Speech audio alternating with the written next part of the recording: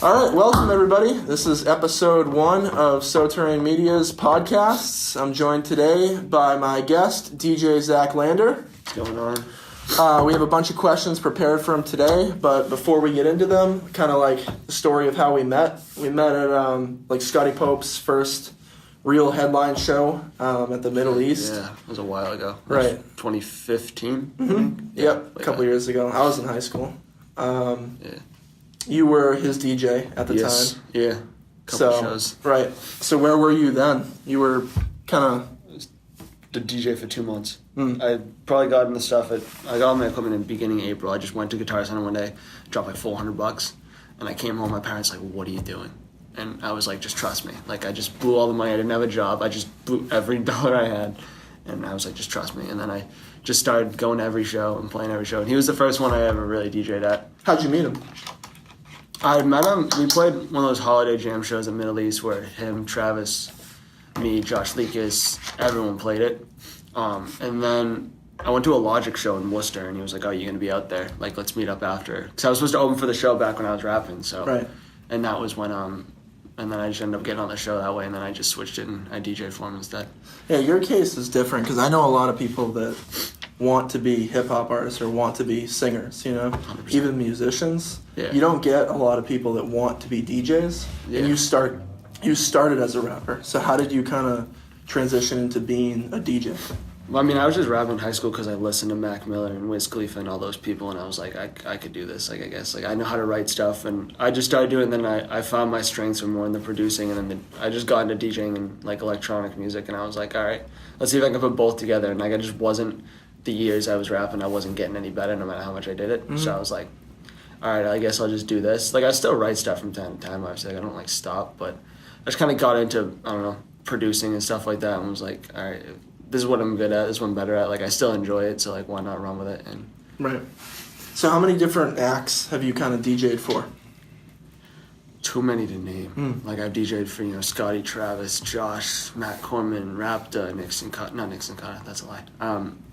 Like, just so many people, just every opener who's come onto a show. People in Connecticut, like, just anyone. Yeah. Like, I couldn't name every single person, I don't think. So do you really have to, like, understand the artist and their music, or can you kind of DJ, like, off a whim if you meet somebody? Usually they just give me, like, a specific 5-6 songs that they're playing. I say, all right, tell me the order, or, like, label it so it's ordered. And that's how I go into it, and I just put it in, like, a folder. For, like, them, it's very simple, but then for kids like Josh or Corman or someone where, like, I'm playing, like, the full 45-minute set with them. Right. We kind of plan it, like, especially Josh. He's super dope because he takes all the instruments out of his songs. Like, he takes the drums out, a lot of the keys out, and he brings in live instrumentation.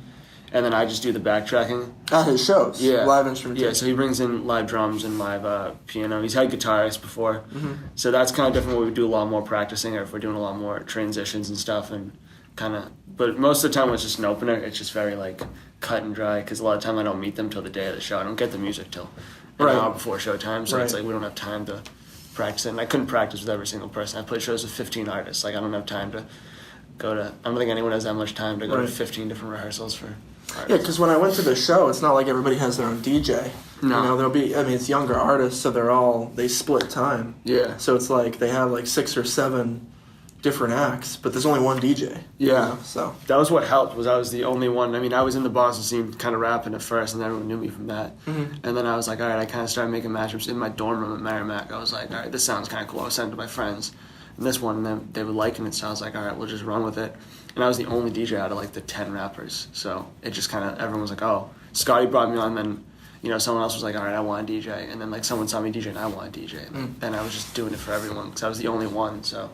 So was the learning curve, like, huge to learn how to do? Like, do you have to take a class? Do you have to get special software? Like, how does that work? Yeah, it comes with software. I mean, I had a $200 turntable, so it was just very amateur. Like, the software was called an intro software. Okay. So it was very, like, pretty self-explanatory. Amateur, yeah, it was very just like, okay, very basic stuff, like super easy transitions. Like, I look at the thing now, I'm like, how did I do all these shows just on this little thing? Because I went from a small turntable like that to, like, one of the highest standard ones within, like, 8 months. And it was just like, let's just go all in. Right. And now the stuff's way more complicated. Like, I'm playing 4 songs at once and doing, like, a lot more. But, like, at the time, like, it was very just, like, I tried to keep it simple because I was learning. myself, but I would try and do like little things here and there just to like show that I could do something. But I mean, I was so early in and I was just like so new to it anyway. Right. I didn't want to like mess up anyone else's show because I was trying to get like fancy and like impress people. So you came out of Boston, so you work with pretty much Boston artists. Yeah, for the most part. Have you traveled around for shows and whatnot? I know. Furthest I played was Connecticut. Connecticut? Yeah, Cool. we played Connecticut. I mean, the goal is, New York City is one of them. Buffalo. We got some fans out in Buffalo, which Yep. is super tight. That like a bunch of kids 8 hours away mess with us enough to. I've seen that on your comments sometimes. It's like, can't wait till you come to Buffalo. Yeah, I'm it's like, how'd that come from? We got a few in Philly. And then just random places like probably like, okay, Tennessee, Minnesota, Texas, California, Hawaii, like Right. or not Hawaii, like I don't know, like even like Chicago, out in Chicago, and then like the Midwest. It's just like it starts to pop up a little bit everywhere. So it's kind of like when you see it, it's like half the time I don't even know how they find it. It's like, oh, it popped up here and I clicked it, and it's like cool. Social media, right? Yeah, it's It's crazy. made it so much different. Yeah, You no it's longer changed the game. slinging tapes to everybody near you. You can. I miss that stuff though. Right. I know you missed do. it. I I know love you do. doing that. You were talking to me earlier about some of your like marketing ideas for the show that you have coming up, Yeah. and it's like the super old school way, you know what I Yeah. mean? Which is kind of groovy now. Yeah, I've talked to one of the openers today, and he's like, yo, email me the file. And he's printing out a bunch of flyers, and we're going to hand out flyers. Like, it's the 90s. Right. So I was like, yeah, anyone can just go and tweet people, but, like, let's go meet everyone face-to-face and probably sell some tickets right on the spot. Like, that's kind of how it goes now. It's Right. just, if I can get them at the right time, we're going to BU probably soon, over Northeastern, all those colleges at the Fenway, down to Emerson, Fisher. We're Yep. just going to we're going to hit every college that we All can. those big Boston schools. Harvard. Yep. I told him, I was like, we're going to get Malia Obama. That's the goal. I was like, we're going to get her. We're To going to come out to the show I'm in gonna March. go to Harvard. I go, if we do, like, I'll donate all. Like, I'll do something crazy. Like, Yeah. everything will be That'd be cool. different. Yeah, You should start up that hashtag. I know. Get Malia Obama. Getting away to the Middle East. I know. That'd be awesome. Yeah. I like that club. That's the first like smaller venue that I actually went to. I went to House of Blues once, but then the Middle East is just it's so. The Middle East in Cambridge, for those of you guys who aren't familiar with the venue, but Super dive. the different rooms, it's cool though. You It's know what I cool. mean? It's a super. Like when my mom goes to school, she'll be like, "Oh, like Zach's like all her like teachers and she's on Facebook and stuff. So Right. they all see her and like Zach's a DJ now. He's playing at the Middle East. And I'm like, I went to the Middle East when I was in high school. Like that was the spot. Yeah. In, like the '80s. Like everyone went there. Like You can tell though. I mean, it's worn down, but So there's many a people ton of played there. art and there's a ton of history. You know what I mean? So When many you go people on and you played there. learn about. I was right. just there on Wednesday, and I'm gonna be there next Saturday. Mhm. I just like. What I- show are you seeing? I'm going to this club night with these people called Slacker TV. They do I don't know if it's TV, but it's Slacker, and they do like 18 plus college parties and stuff. So Cool. they do them like every few weeks. So we go out there. All my buddies play, so we go out and we have a good time. It's a good person to have for what you're looking for. Yeah, it's a solid time too. Like it's just like they bring in DJs from like Jam and 94.5 and stuff, and just it's super cool to just watch because it's like when we were in high school, we didn't have any of that stuff. Right. Like we just hung out at houses. Like now these kids are throwing parties in Boston. It's crazy. Smart. Yeah, these kids are smart. I was like, man. Like me and Josh were talking, like, man, if we had something like this, like we would have went. Right. Like, and we had like the Barstool tour, like back when Barstool was really like coming out. Yeah. Like that was 18 plus, and those were like way too crazy. Like, and I was like 14, I think, at the time. That's The nuts. Barstool tour. Yeah. So you're not from the actual city, but you're really close out, right? From Lynn. Yeah. Lynn. So the city is sin. And now you go to Merrimack Yeah. and you're studying, Communication with a minor in marketing. And, which I think shows when you talk about your strategy yeah. that you're not outsourcing it to other people to kind of, Yeah, there's and you're no not just agency. posting on social media. Yeah. You're doing things like handing out flyers at colleges. You know what I mean? You're doing Yeah. kind of alternative marketing ways, which is Yeah. interesting. I don't like just the social media. Like anyone can tweet someone, anyone can have someone run their Twitter. Like Mm. I'd rather go to the shows. You know, so, like I say that, and then I get there and we go to hand out the business cards. I'm like, man, this isn't a good idea, and I get super nervous. Right. Well, So, like, no one's used to it, right? Yeah, and when you do, like, people can be mean, man. Like I'm like, hey, you want to check out my music? And they're like, no, get away. And it's Really? It's like, oh, okay. Really? Yeah. That's when you're going up to just random people? Yeah, we went through the in line. settings? We went to Justin Bieber both nights at the Garden, and we just like, I'm talking like hand out hundreds of business cards, and then I would go home. I would get home at 6 a.m. and have an essay due at noon. Like we were just doing it. We were out the whole night, and we're just like, hey, you want to check out my music? Like, no, all right, cool. But some people they just Right. and they lay into you, which is like intimidating. But it's like, you know what? That's how I gained like a ton of my fans, and I sell the tickets to the shows. It's just we just go, we talk to random people, and that's how it goes. For that, you'd have to have, it's almost like sales, where you have to have like, just a short-term mentality where it's like, Yeah. no, okay, I'll go over here, you know? Yeah, you Like, can't get offended with it. Like, if I got offended with anything, like, I wouldn't be doing this. Like, the hate, like, you have a lot of hate. That's what comes with this. Right. which sucks, but it is what it is. Yeah, you get a lot of hate and you get a lot of love. Yeah, I haven't gotten as much hate as people like say they get. Like everyone's like, oh, dude, this like in high school, like I didn't really. People like, oh, you rapping? Cool. Like they just didn't mess with it. They didn't like say anything bad. Yeah, that's something that I feel like from our town, it's so impressive that like Scotty and Travis became rappers, because it's kind of like there was that stigma where it's like, oh, you're another rapper? Like, oh, you're trying to rap? Like, oh, really? I always like, what are you on SoundCloud? You know what I mean? That's why I was like, don't say you're a rapper. Say you're a hip-hop artist. Because when you say rapper, they're just like, oh, SoundCloud. Yeah. It just hip-hop artist, it just musician. Yeah. Once you like say that, rapper, it's just, they tune out. people immediately go to 8 Mile. Like, they're like, oh, you want to be Eminem? It's like, no. Nope. Like, I don't. Nope. But yeah, so you went to, did you go to Lynn High or East Lynn? No, I went to Austin Prep. Went to private school. How was that? It's all right. It's private school. It's a lot. It was different because they had a middle school, so everyone was kind of already friends. And you went to the middle school too? No, I didn't even go to the middle school. I went in high school, so I was almost like a new kid. You walked in cold turkey? Yeah. I had my cousin there. She went to the middle school, and she's like my sister, so like I knew that. Like I knew her going in. Like I met some of her friends like once or twice, but like it's basically still like I didn't know anyone. And like I think 2 other kids in my high school went.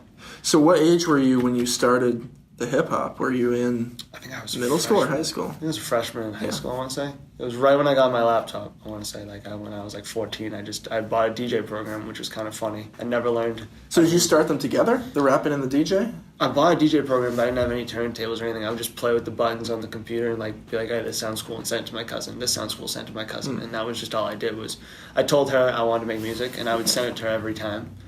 And she was like, oh, this is pretty cool. And then we never really got into it because I didn't know what I was doing. But then I just started rapping and making beats because I couldn't afford to buy beats online. I was like 15, I couldn't get a job. Right. So I was like, I'll just make them and like find the free ones. And that's how I started getting into producing. There was no like cool backstory of like I've been playing piano since like I was 6. It was just like I couldn't afford it. So. But when you got the DJ stuff, you kind of knew, because you said when rap, you like you weren't really feeling it. But then when you started DJing, you were like, this is my stuff. Yeah. And there was obviously a need. Yeah, I was getting super into dance music and like when I was like 18, so I was like, this is cool. And I had friends who were super into it too, so they were kind of like, oh, like I was the only one doing mashups and making mashups at the time, like in the area, so it was kind of like something different. Everyone knew that like, oh, that's the kid who raps, and like I started doing DJ stuff, and they're like, oh, okay, like it's different, and it was easier to appeal to an audience when like they already know the song going into it. Right.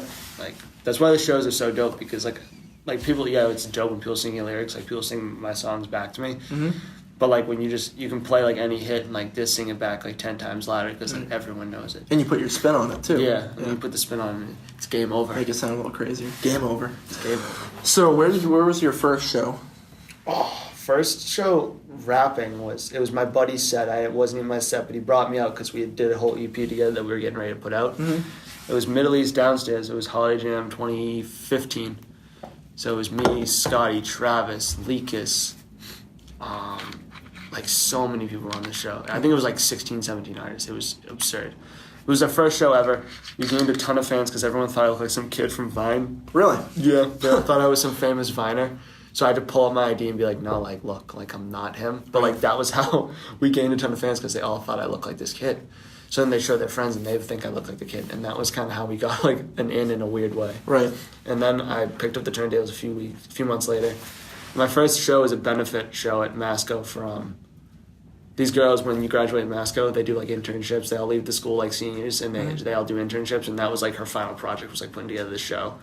So it's like me, Joe Dias, and a few local Masco acts. But that was the first time I was DJing, and then I did Scotty's show. Cool. It was at Middle East, so. And then you've kind of blown up from there. A lot of Middle East, yeah. I basically just lived at the Middle East for like a year and a half, 2 years. Right. Well, it's an accessible venue. Yeah, it's easy. Not too big, not too small. No, it's perfect. With that new room, too, it's perfect. Right. Yeah, because they have the upstairs Middle East, which seats like, what, 200? 175 guests, and then 200 with like your guest list and stuff. Backstage and whatnot. Yeah, all like the staff and stuff. And then they have the downstairs, which is a lot bigger. I think it's 575. I saw the Migos down there. Did you really? I saw them before they blew up. I was front row. That's solid. That's wild. Grabbed my hand. Yep. Takeoff was yelling at me. Oh yeah. That's a good. Yeah, I remember they would come and we were like, wait, they're only doing like Middle East. Yeah. And this, it's before they blew up. I'm like, man, they shouldn't have 700,000 followers and only be doing downstairs. And then like Bad and Bougie hit and it was game over. Yeah. But That was like 2 months before. That was the launch. Yeah. Yeah. They had Versace, and everybody was like, "Oh, like yeah, they're familiar with them." And then Bad Bougie was like, Fight It was like now they only make hits. So Yeah. Now that's all they do. Yeah. they hopped on tracks with like Calvin Harris and like you know, Cardi B, Nicki Minaj. Wild. Yeah. I don't like get into mumble rap and all. Not that they're mumble rap, but like I don't know if they are. Like that's how little I get into it. I don't know who to put. And like I don't know the difference between like emo and then like pop punk and alternative. Like I just say like. They're like aggressive trap music is basically like, you know. Every song's a hit. But yeah, so it was easy when Middle East went from, they opened that new room now. Because it's hard to sell at 175 as it is, as like a kid. Just like. So that's you're referencing the Sonia, right? Yeah, the new room now it's 350 to sell it out. So it's like, all right, it's double upstairs. If you can do upstairs twice to sell out, you can do Sonia and then 575 is down. And by then, like if you can sell out Sonia, like you're on your way. You're well on your way. Yeah, like you got enough of a fan base where you can push it to that next level. Right. But it's hard to go from 175 to 575. Like that's a lot more than you'd think. That's a huge jump. Yeah. Like we had talked about doing co-headliners down there, and we're like if I can sell at my 175 upstairs and you can sell 175, like we'll do downstairs. But then you forget like you have a lot of the same fan base.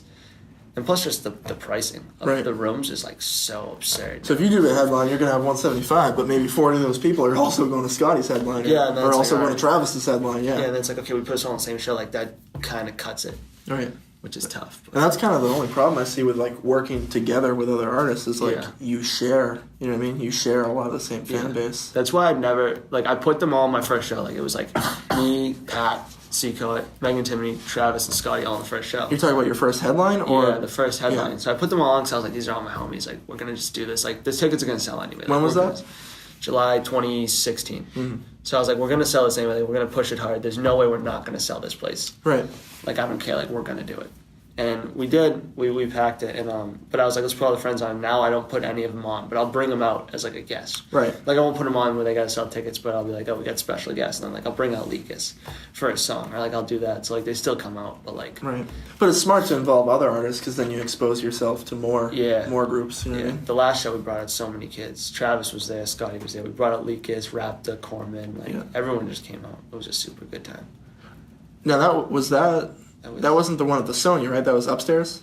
Yeah, that was upstairs. That was the second one. That was Martin Luther King weekend of last year. Yeah, 2017. Cool. Yeah.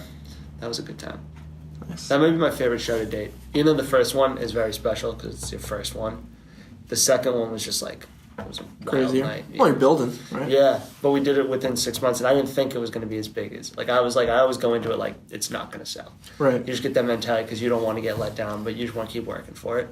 And, like, I don't look at the size of the crowds. Like, I don't, like, look. Like, people come at me like, dude, it's packed. I'm like, don't even tell me. That's interesting, because I've heard a lot of artists say the same thing. Like, you don't want to go Scotty says that, too. He will not go out and look at the crowd. He goes out, he does his mic check, and then he just kind of retreats and chills in the back. And he can hear stuff, obviously. You know if it's packed. But you said the same thing. You'll actually leave the venue, right? After your sound check? I'm leaving.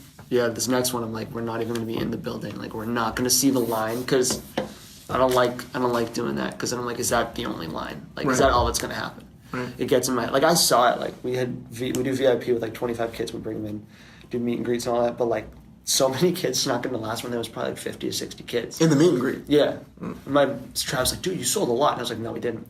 Like, all these kids just snuck in. Everyone's in here now. Yeah, like, now they just. So I'm like, dude, what if this is the whole show? Right. So then, like, I go backstage, which is just a curtain. Yeah. And I don't look at it. I can see like the corner from where I'm sitting, which is where the door is, where people come in. But like, I don't look. So when I come on stage, I always swear when I come out. Like, I just get super excited. And it's a genuine every time. It's like, oh my god. That's gotta be adrenaline, right? Yeah. It's like I go out and like people come out like, dude, it's packed. I'm like, more packed than the last one. They're like, no, like more packed. I'm like, don't even tell me. So how long does it take until you get like back, like when you storm the stage and like you're going crazy? How long does it take until it like sets in and it becomes like the normal flow of a set? It's right there. It's like you get out and you're like, whoa, and like the music stops and you get super hyped and you're like, you say hi to everyone, and then like. Then you just start playing. You're like, okay, like I'm here. Like this is what I've been practicing months for. It's surreal. And then you get off and you're like, well, what do I do now? Like I just planned like all this time. Like the past 3 months was this, and then you get off and you're like, okay, like what do we do next? Right. That's why I think a tour would be madness. That times 100 because you know that the next night you're gonna have the same rush. You know? Yeah.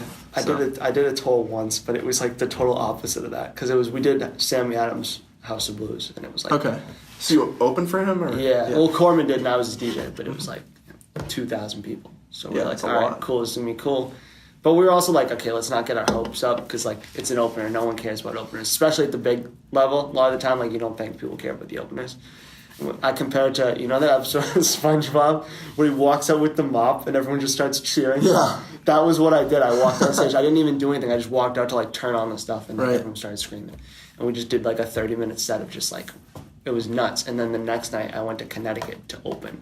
I was DJing for Leakers, who was opening for someone, and we went from like 2,000 people to there was I think 8 people in the crowd.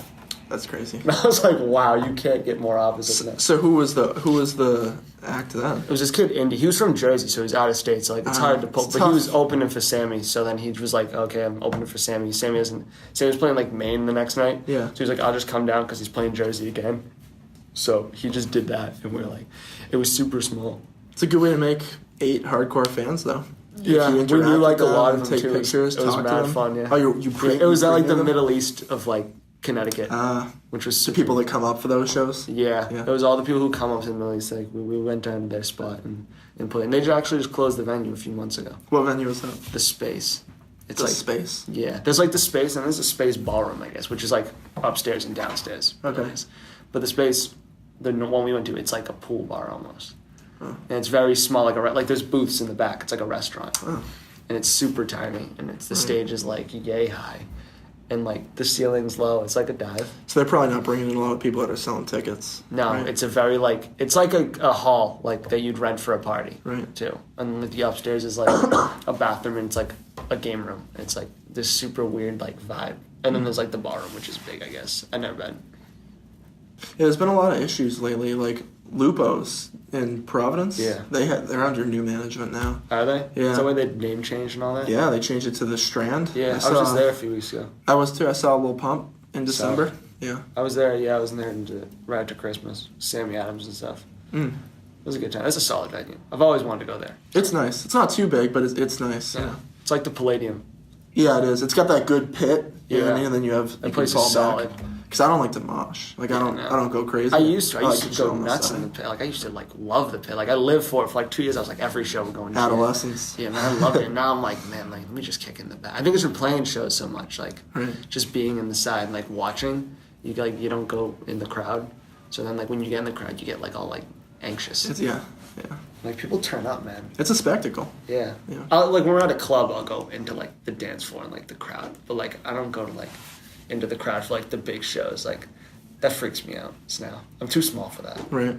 You're crazy. Someone falls the wrong way. Like I'm done for the night. Right. You gotta take me out. You're like young thug skinny. That's how skinny you are. I've been in crowds where like I'm dehydrated and I passed out from just like pure dehydration. Like we didn't have water. Right. And you're not gonna leave the front row at House of Blues to go get water. That's the way I felt when I went to saw Tyler the Creator and I almost blacked out. Yeah, I dropped. I was like, no, we're staying in the pit. Last song. Yeah. You can do it, Zach. And you did Donald Trump, and I was like, now we can get water and like survive. And that was Mac Miller? Yeah, that was Chance the Rapper open for him. That was that's a good combo. It was a solid lineup. Yeah. It was a good time. I almost met him. But really? Chance, yeah. I was outside, like alone with him and Earl Sweatshirt from Odd Future. Nice. My friend met Mac. She got VIP. I met Mac once. Yeah. He's cool. He's tiny. He's a short dude. Yeah. He's really short. He's like an average guy. You know what I mean? Yeah. I didn't think he'd be. He dresses like an average guy, and he talks like an average guy. You know what I mean? This is back in like his super like drug phase when everyone was worried about him. Yeah. He sobered up though. Yeah, he did. He did. Yeah. He was a nice dude, but every time he comes to Boston, something always happens. Like, he always gets super mad before he comes on stage and, like, tweets how he's so mad. It's only when he comes to Boston. Something always I don't know why. The past, like, 2 or 3 times he's gone, he's like, oh, Boston's tonight. And then he'll just be like, F this, F that. Like, about random stuff every time. I don't know why.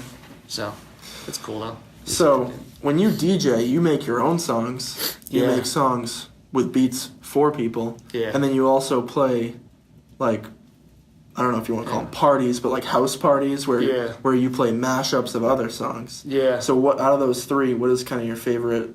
What's your mojo? I like doing my own stuff just because it's like people don't know it's my stuff all the time because I have so much unreleased music. Like 98% of the songs I make don't even get put out. So you're saying like from scratch? Yeah, from scratch mashups. Like I probably made 100 mashups that just don't get put out. Why? I'm like, these are dope, but I don't like them. I don't like where they're gonna like they're dope to me, but they're not gonna be dope to other people. So one thing that I was finding out was you obviously know Gary Vee. Yeah. His idea for like this age of artists with the internet is to put out a song like every day or every other day, flood as much content as you can. 100%. Because he thinks that people only remember, you know what I mean, the one song that catches and not the other songs that they didn't like as much. Yeah, but you're never gonna catch if you don't put that one out. Right. So do you think it would almost be good to like flood your stuff, or do you think that like waiting back, or are you kind of like basically like bringing it all in and saving it all up? I think it depends on what you're doing, like what, because everyone has plans. Like a lot of people are like, oh, I don't have really plans. Like we kind of just solidified what we want to do for 2018. Like I kind of like hit up the team. I was like, this is the plan. Right. I need you for this. I need you for this, and this is what we're gonna do. So like I think at the time I was like I'm gonna make 100 songs this year. I put that on my life. Like it's gonna be 100 songs with it's a mashup. I say it was when it's on my own. It doesn't have to get put out, but I'm gonna make 100. And I think you can put out a song a week if you want, but if you have a project coming, you're not gonna. Like I have plans for a project, so I'm not gonna just be like, okay, here's like a song a week for 10 weeks and then just oversaturate. Yeah, I'm gonna bank them and be like, and hype up that one or that two, and like sit on it and then do a video for it and do like the whole 9. I'm not gonna like just let it get pushed away because I've done that. Right. But when I noticed when I do flood the market with that, like it catches like good. Yeah. Like I'll put out one, I'm like I made it in my basement in 15 minutes and it hits like 5,000 plays and it's just like. Well, it's reputation, I think, because it's like those McDonald's ads where McDonald's doesn't need to put out an ad. Everybody always knows McDonald's, but it's to keep that in your mind. So then when you think of food, you think of McDonald's, and when you think of DJs, you think of Zack Lander. You know? It's a huge branding thing. I never realized how big branding was until like I started talking to like bigger like promoters and stuff, and they're like this is good, like you're dope, but like it needs to be a whole brand, right? And that's like a big thing to them, which like obviously it's a huge thing, but like. A lot of times, like, oh, music, like, dope music, put me on, like, the brand's coming. But it's like, I don't want to just flood with all this branded stuff and, like, saturated content of, like, look how professional I look. Right. Like, I still want to be like, hey, I'm a kid in college who goes to the bar on Thursdays and, like, hangs out with his friends. Like, I don't want to relatable? Yeah. Like, I want to split it between, all right, here's a professional photo from a shoot or from a show. And here's happy birthday to my friend. We're all drinking at a party. Like, I don't like to keep it. I think that's cool. Yeah, I don't like to just be like, oh, like, because I notice when I do post with, like, just casual stuff like that, it gets a lot more feedback than, like, hey, here's a show flyer. Well, you're kind of letting people into your personal life, which is kind of what I'm trying to do, like, with this podcast, is 100%. Give people an outlet where they can see, like, aside from your beats, like, who you are as a person. You know what I mean? Which I think is cool, but... So when you say, like, your team, you sit down with your team and you go over your objectives, like, who is on your team? What does that consist of? It's me. I got, like, friends who come to the shows and work just the shows. Like stagehands? Yeah. I mean, I have my friend Tessa who does my VIPs when I have them. Mm-hmm. She made bracelets for every single VIP person last year, like beaded bracelets. Cool. This is what we gave out, and she runs my backstage, which is just, like, it's not that I don't want people to go backstage, like, I don't want to see anyone. It's just, like, it gets so crowded because it's so small, and it's, like, we're just trying to concentrate and like get ready, like to get into a mindset. Well, you need to focus on your music. I don't talk to anyone. Worry about playing security. Yeah, like I talk to people and then I'm like, okay, what time is it? It's 9:50. I go on 10. No one talk to me. Right. And everyone walks away, and I put in headphones and I just pace for like 3 minutes. And I listen to one song. I put it on, and it's the same song before every headline show. What song? All the Way by Time Flies. Really? And then they play it before I come out. And then I do my intro. So do you take the headphones out and listen to it while it's being played on stage? Yeah, I'll like play it in my head like 10 minutes for it, and then like 3 minutes for it, they'll play it, and then I'll start getting hype, and it'll hit me then. Right. But like, yeah, and then I got my friend Shauna who does, that's like my best friend anyway, but she does Shauna all the Fox Photography? Yeah. Cool. She does all the pictures. And then we just brought in my friend Kaylee, she's my neighbor, she goes to Emerson, so she just give out all her personal information like that, like here's where she is. She's a film student, so she was like, oh, I like what you're doing, like let me get on, like I'm learning all this camera stuff, like let me shoot. And I was like, all right, you want to do the show? And she's like, what? And I was like, you're filming the show. Well, it'd be helpful if somebody's looking for a videographer in Boston. Yeah, she just got the plug. Hit up Zach. She's gonna like get someone and just like forget about me and blow up. I'm on tour now, I can't. Yeah, I can't. Yeah, so we get that, but that's basically like when I don't have a manager or anything like that. Right. I've tried, like I've talked to management. And I mean, it's like you're more grassroots. You're more down to earth. Yeah, I don't need a manager. I don't need someone to take 10%. Yeah. Like I'm still just doing small clubs, and there's no need to there's no big planning that goes into it. So, what point would you have to get? Would it have to be like a New England tour, or would it have to be like an East Coast tour to the point where you'd be like, I need to bring somebody on to actually manage me? It's just more of I don't think it's the tour part. Like, I think I can handle that stuff because I'm super OCD as it is. Of Okay. Like, we need to leave at this time to get here this time. What if there's traffic?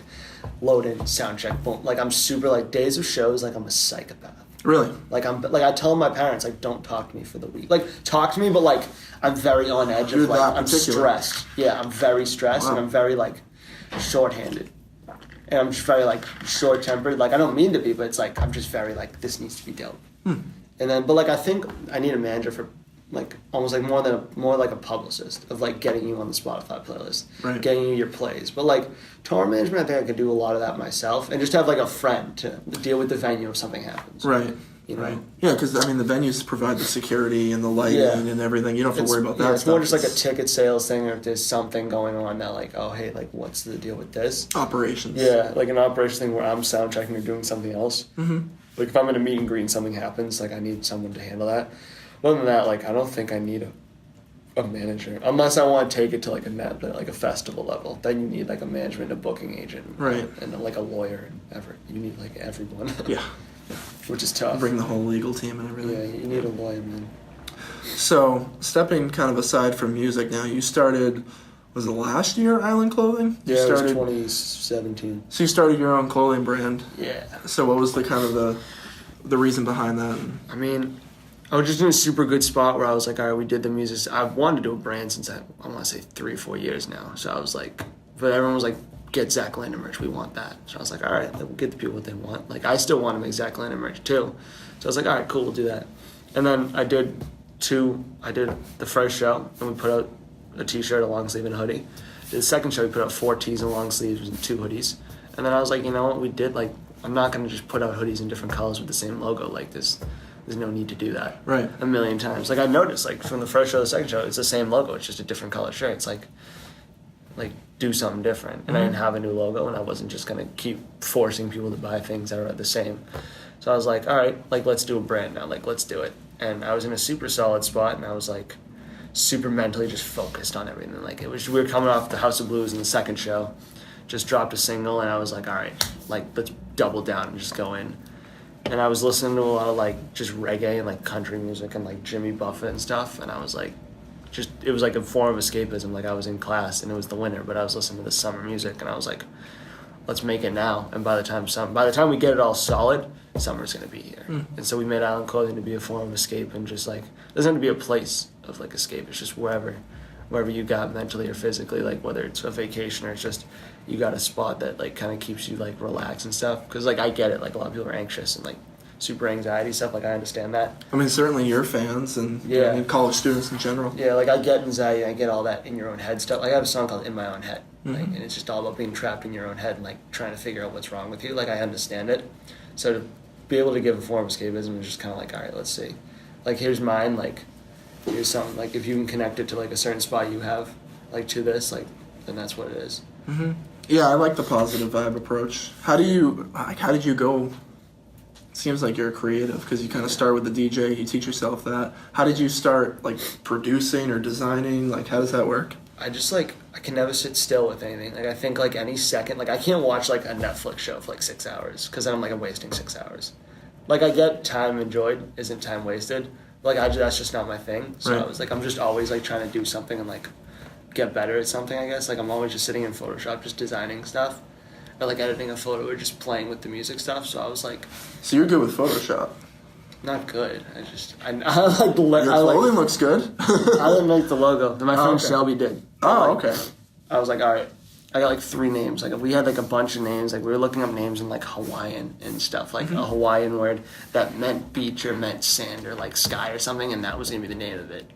Or like all this. And then I was like, but then you got to cross-reference with Google that's not already a thing.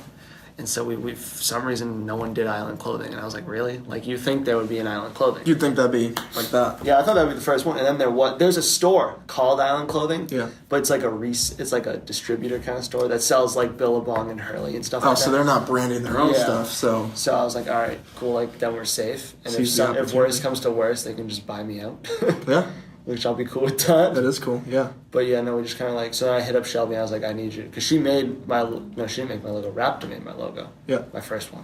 And then she made like my album, my single cover, so I was like, I need you to make this logo. Right. and stuff. Like, I'll pay you and stuff. Like, I got you. Like, hooked up. Let's go. And we went back and forth for like a month, and we finally got it. And I was like, boom, got it. And I called the people, and I was like, the printing company. I was like, this is what I want. These color shirts with this font. Like, I wasn't like, I want a white shirt with black. Like, I was like, I want a blue shirt with this specific color pink. Right. Like pink. There's so many different shades of every color. I didn't know that until I went into this. And when I went to prom, if you're going to prom, wherever the camera is, just know there's 12 different shades of black if you're getting a black tuxedo, and your date's gonna kill you if you get the wrong one. I've been there. A black tuxedo, blue tuxedo, whatever color tuxedo is, it's like... The palette's huge. Oh my God, then there's all the designs. And right. I was like, oh my God. So you had a lot of decisions to make real fast. A lot. I mean, I designed it with, I think, my logo, or like the draft logo she gave, just to see what it looked like. Yeah. And then I remember, I was like, all right, I want blue, like aquatic blue shirt with like a charity pink. Like, you had to get that specific, because like that's what you see. Like, pink and charity pink look very different to me. Yeah. They might not look different to anyone else because they didn't see all the designing, but like to me, I was like, it was everything. Distinct difference. And then I was like, okay, I want this. And then I want coral with like this turquoise, and I want pink with yellow. And then I was like, we called them, and I was like, all right, when can these be made? And I wasn't putting them out for, I want to say, like 6 weeks. So I was like, you have time right. to like make them. And he had them done within like a week. Wow. I remember being so excited. Like, he was like, hey, they're done. And I was supposed to go somewhere the next day. And I was like, oh man, I really want to cancel. Cancel and that, like just go get the shirt, or like go get the shirts first. But I was like, no. But I ended up picking them up, and I was just super happy. But that's the passion behind it, because it's like, you know, if you're not excited to actually like go and you know, like, I'm excited to pick up a T-shirt. Right. Who gets excited about that stuff? A creative person. Yeah, I get excited about random things. Yeah. And like, it's cool though. So you're trying to make the Island Clothing brand kind of bigger than just being tied to you? Are you trying to like expand that, get carried in stores? Like, what are you trying to do with the brand? Yeah, I want to have it all connected. Obviously, like, people have like, there's a lot of people who have clothing lines like with their I can't think of any artists now. I mean, I think I immediately go to Tyga. Sorry, the King Gold. Oh yeah, chains King Gold. Yeah. And then there's a few others that have put stuff out that like you can just tell are tied to it. Like Kanye with Yeezy, one, I think of that. Right. Cool. Yeah. But like, I want to do like that, but I also want it to be like a separate entity. Like, people who know of Island Clothing might not know about me, which sounds weird that you'd think I would want to be known to with the music, but it's like, that's also something different. Like, I don't plaster the logo onto my all my music and stuff. Right. Like, it's separate, but it's the same. Hey man, what's going on? What do we got? Oh, we got a viewer. Some dude came by. But yeah, no, I think it's super cool. I'm getting a shirt, obviously. But yeah, for those of you guys who haven't seen it, it's a lot of bright colors. The blue that you referenced, it almost reminds me of like almost neon, but not quite. You know what I mean? Yeah. Very bright, uplifting colors. I say bright. I'm wearing like the dark. Like it. The darkest You're wearing the darkest one, of course. Yeah. Yeah. No, people are like, oh, like people want dark colors, but like, it's weird to have like a dark purple and then have like island. Like, I feel like it's a very bright. Yeah, they kind of contradict each other. Sunshine kind of thing. Right. That was a dumb reference, sunshine, but you know, it's your like, vibe. Yeah. Palm like tree. I want like yellows and blues and like the super. Like, I don't know. I guess it's just a thing. Like, I wouldn't connect it with like, I don't know. Pastels. Yeah. Like, pastels are cool. Yeah. I mess with those. I do too. Yeah, like we even As I got said, hats wearing a that black look shirt. like denim, like we washed denim. Like, Yeah. we even got that into it, where I was like, let's make it look like washed. Like, I made dad hats, but I didn't just make a dad hat. Like, I made a dad hat that my dad would wear, like washed denim, like that Right. some 50-year-old like doing yard work would wear. And I saw some of them on the site because it's separate from your page. I saw there was like your fans were out in like Ireland and like all these crazy I was in places, Ireland. like repping the Island brand. I was like, that travels pretty quick. Yeah, people are like, oh yeah, I'm going to Pennsylvania, so I'm gonna wear all your stuff, and like we mail stickers everywhere. Yeah. Like, there's so many, which I have some. I don't know where they are. Yeah, I have a couple They're of in my them there. bag. Yeah. But we mail stickers. I was like, hey, stickers. And people were like, how? I was like, free stickers. And I mailed out, I think, like 40 different packs of stickers in like the first week. Where do you get them? You get them for Online. inexpensive? Yeah, it's like 1,000 is like, I don't know, like 100 something, 115 bucks. Really? Which is solid. Yeah, I mean, I don't know why I ordered 1,000. That's a lot more than you'd think. Hey. Like, you think 1,000, I can get rid of these in a month. Stockpile, right? Yeah, I mean, you can't get rid of 1,000 stickers. No matter how many you give someone, you can't get rid of 1,000. You ever just throw them on random poles, stools? Yeah, we did that in yeah. the Middle East the other night. We just anywhere we go, just on somewhere. It's on my laptop, it's on my car. Like, we just throw them wherever we can. So what is your kind of like your outlook for music and for Island, like in the immediate future, the next year or so? I know you have a show coming up. Yeah, we got the show in March, which is selling like crazy. which is super dope. Like I'm getting like excited now. Like you book it and you're like, all right, it's booked, and you get calm for a few weeks, and then you announce it and you get super stressed because you want to announce it and have it sell it. Like, immediate right response. Yeah, Yeah. you want to be, but you don't. Like or like no matter how little social media presence you have and you announce it, it blows up on social media. Yeah. This one didn't, which I was surprised about because everyone was asking for months. Months. Then we stopped and they wanted us to still do it, so we went back. Like, it was like a 10-month process to book this one show. Like it was a long time. So the logistics of it, first of all, it's super inexpensive. So it's smart because you're catering to college kids. Yeah, So the $12 college kids can actually afford it. How much? $12 in $12. advance and 15 at the door, but I don't know if we'll have door tickets. You might sell it. Slight flex. Are you doing? Are you doing? I shouldn't say that because we're not even close to being sold out, but like that's obviously the goal. We're also 2 Right. months out. Yeah, you're 2 months away. So I'm And it also heats up when you get closer. Have you started kind of the marketing behind it, like handing Yeah. out the flyers and whatnot? Yeah, we got the flyers printed either today or like within the coming week. The kids getting them printed up. We picked up the tickets on Wednesday, and I posted. I was like, "Hey, I got tickets. Who needs them?" And I Snapchatted a bunch of people, and it just like, brush fire, like, Yep. it went crazy. So, as long as all those people who say it, like, because you have all these people who say they want to come, Right. as long as it's guaranteed, it's gonna be a crazy night. And so I'm that's very excited. That's in the Middle East, right? Yeah, it's the first show we're all 21 too, so everyone's very like, oh, we're all 21, and no That's your first 21 plus show. It's 18 plus show, but this first show I think I'm playing. I played one show when I was 21. Yeah. But it was like on a Sunday afternoon. Like no one's raging. Like, Right. It's a Thursday night, so it's like a little different. But it's college. Like For college kids, Yeah, Thursday like- night's a big night. yeah, I'm like Thursday night. And it's my spring break, so it's a lot of Merrimack kids. It's all Merrimack kids spring break. Right. Might be some other kids spring break, and it's Easter weekend, so some kids have that weekend off. And if there's high schoolers that are 18, they come. Right. And it's the first one where a lot of my friends have come. Like a lot of my friends have come, but like we're all 21, like I said, so everyone's ready to Right. have a good time. I'm super excited for it. Yeah, it's gonna be awesome. So, what is the exact date for it? March 29th. Doors are at 9. It's a late one though. It's a Yeah. late show. Yeah. Doors are at 9. Doors are at 9. I think I go on to like 11. Wow. Yeah. Yeah. Which I like, but I don't like. That's one of the ones you have to book a hotel at. Yeah, we got that. We're definitely booking the hotel. got that for it. unlocked? It's gonna be a crazy night where we just want to have a good time. We're working with Lyft too. I gotta Really? call them. We're gonna try and get a discount code because like I'm super passionate about like no drunk driving. Like I know kids do it. Like you can't control what people do. That's a problem. And the Middle East is a bar, so they And I'm telling kids like come by at the bar, have a good time. Like I don't want them to be like I don't want everyone to just be stone cold. So which sounds bad, but it's like we're college kids. Like no one's dumb. Like we all know what's gonna happen. Right. Like, everyone- Even if you tried to prevent it, kids are still gonna sneak in stuff. Like I go to shows and it's like kids the most elaborate things. You know what I mean? Yeah, They have kids like are smart. little things in their hoodies and little things in their belts, and it's Yeah. crazy. Like, you're you not gotta gonna give them you're not credit. gonna prevent that. Yeah, no. Like, that's why I made 18 plus, too, because everyone's like, what's the difference if a 19-year-old kid blacks out, throws up in the bathroom, and has to leave, as opposed to a 16? 16-year-old's not an adult. Right. I can get screwed for that. Oh yeah, I mean, I assume I can. I'm not going to find that's out. a big liability. Yeah, but if they're 18, 19, they're a legal adult, that's on them. Right. So that was a big thing, but it's also just like, we're here to have a good It's smart for liability Yeah. purposes. If you're gonna have mostly college kids, you know Yeah, what I mean? and like I know a lot of college kids, like we're all in college, like a lot of us aren't working because we're at school. So Yeah. it's like I'm trying to partner with Lyft so no one has to drunk drive. I like that. And like if worst came to worst, like if my homie was like, "Hey, I'm driving," I'm like, "You're not good. Like you stay in my hotel. Like I don't want to Right. I don't have to wake up and like find out the next day that someone did something dumb." So we're gonna try and get a discount code. I don't know how big the discount's gonna be, but like any little bit to prevent it and lower it as much as possible. I like it. That's something I'm super like, and I didn't think it would happen, but like people like now like Lyft's super good with that stuff. So like hopefully like I talked to Uber, but Uber's very like.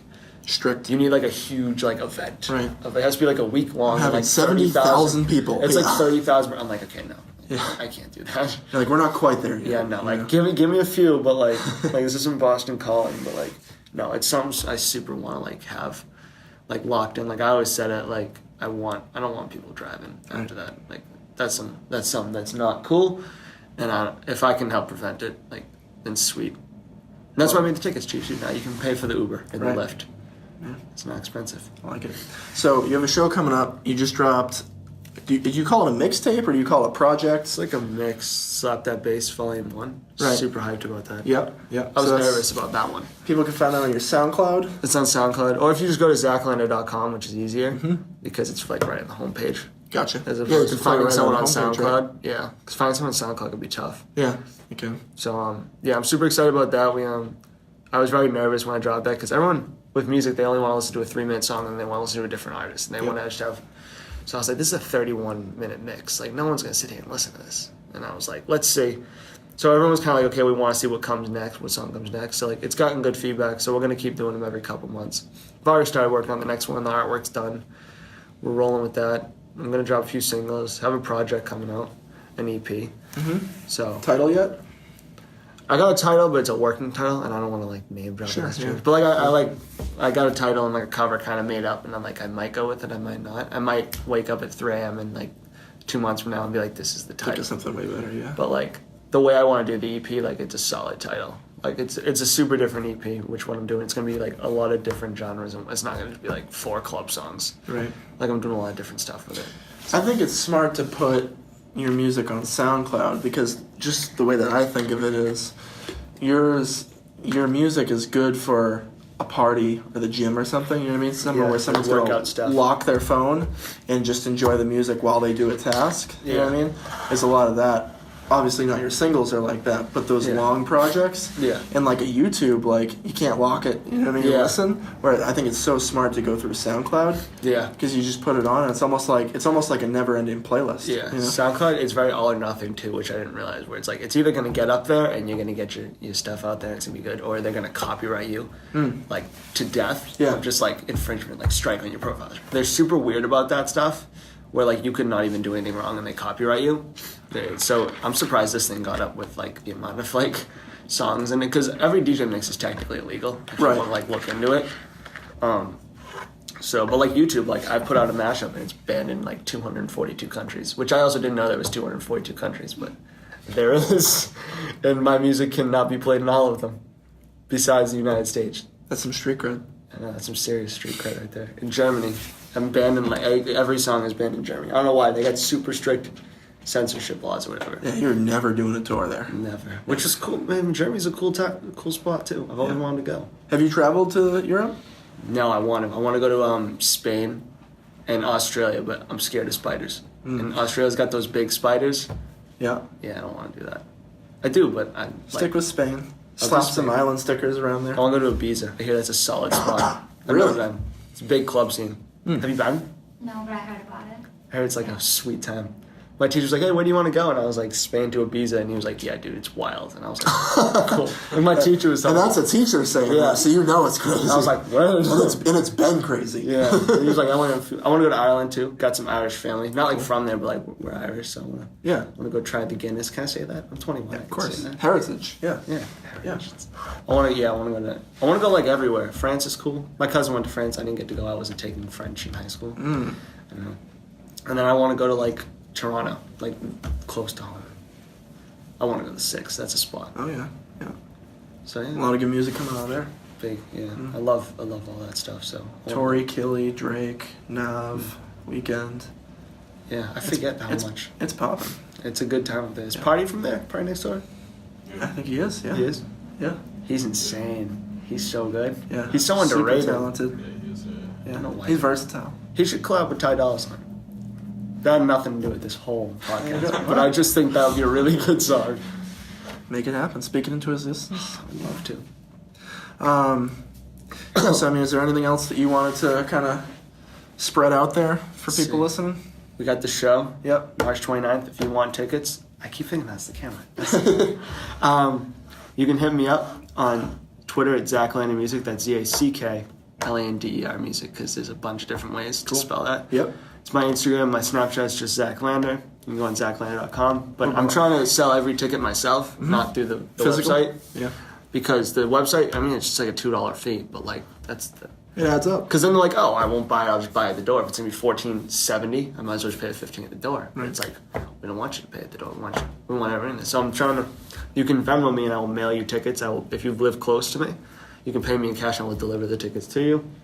And we're just trying to sell this out. It's gonna be a good time. It's all throwback music too. It's not like my stuff. Yeah, we'll put the flyer up on Souterrain and what's the island stuff? Oh, Island Cloth Co.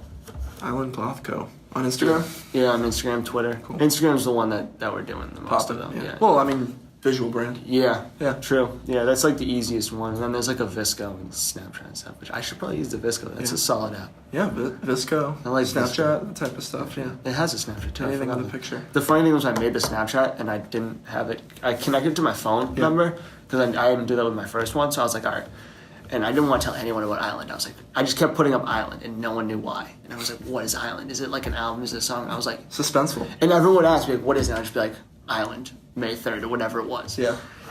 I'm connected Snapchat to my phone number, and like people found out about it. Yeah. They're like, why is your phone number connected to Island? And I was like, damn it. And say like Cloth Co. So everyone found out. I was so like, everyone knows apparel. Like a few people hit me and like, hey, what's this? I'm like, crap. Yeah. But like, so I leaked my own Cover stuff. blown. Yeah. I leaked my own stuff, but you know, you can't win them all. But yeah, Island this is the first show. It's supposed to be on the ticket, but it's not. Yeah. That was kind of mean to say. Very cool. Yeah, it's like Island Clothing Company presents Throwback Night. So like, it's all tied to Island. It's gonna be a good time. Cool. We might have some stuff there. We might have a table. We're gonna have the free stickers, so you can come take a bunch of stickers because they're free. Yeah. And if you want stickers, DM me and I'll mail them right to your house or your school, wherever you're residing.